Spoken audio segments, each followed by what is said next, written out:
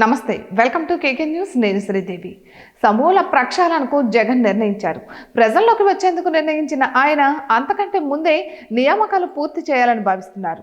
ఉత్తరాంధ్ర నుంచి తన పర్యటన ఉండనున్న నేపథ్యంలో కీలక నియోజకవర్గాలను సమన్వయకర్తలుగా కొత్త వ్యక్తులను అవకాశం ఇచ్చారు. అయితే ఉత్తరాంధ్రలో సీనియర్ నేతగా ఉన్న బొత్స సత్యనారాయణ కుటుంబానికి విశాఖ జిల్లాలో ఛాన్స్ ఇవ్వడం ఇప్పుడు హాట్ టాపిక్ అవుతుంది. ఎన్నికల్లో విశాఖ లోక్సభ స్థానం నుంచి బొత్స సత్యనారాయణ సతీమణి ఝాన్సీ లక్ష్మి బరిలోకి దించారు. ఆమె ఓడిపోయారు. అయితే స్థానిక సంస్థల ఎమ్మెల్సీగా బొత్స సత్యనారాయణకు అవకాశం కల్పించారు జగన్. దీంతో విశాఖ వైసీపీ నేతలు నిరాశకు గురయ్యారు.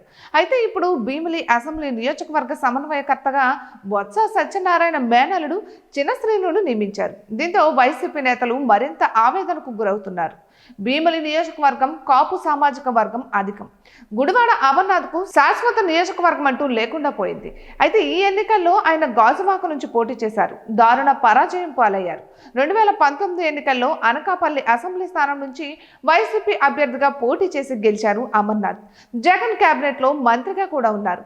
అనకాపల్లి నుంచి మరోసారి పోటీ ఏర్పాటు చేసుకున్నారు. కానీ జగన్ మాత్రం ఆయనను తప్పించారు. చివరి నిమిషంలో గాజువాక పంపించారు. అక్కడ ఆయనకు ఓటమి ఎదురైంది. అవంతి శ్రీనివాస్ పార్టీకి గుడ్ బై చెప్పడంతో ఆ ప్లేస్లోకి వెళ్లాలని భావించారు అమర్నాథ్. కానీ జగన్ షాక్ ఇచ్చారు. భీమిలి బాధ్యతలను బొత్స కుటుంబానికి అప్పగించారు. ఉత్తరాంధ్రలో చాలా నియోజకవర్గాలకు సమన్వయకర్తలను నియమించారు.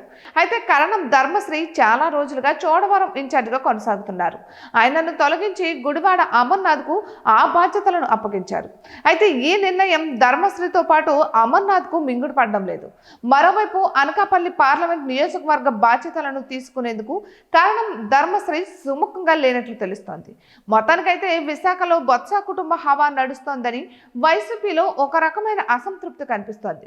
ముఖ్యంగా విశాఖ వైసీపీ నేతలు దీనిపై అభ్యంతరాలు వ్యక్తం చేస్తున్నారు. కానీ అధినేత జగన్ పట్టించుకునే స్థితిలో లేరని తెలుస్తోంది. ఇటువంటి మరెన్నో వీడియోస్ కోసం కేకే న్యూస్ తెలుగు ఛానల్ని సబ్స్క్రైబ్ చేసుకోండి.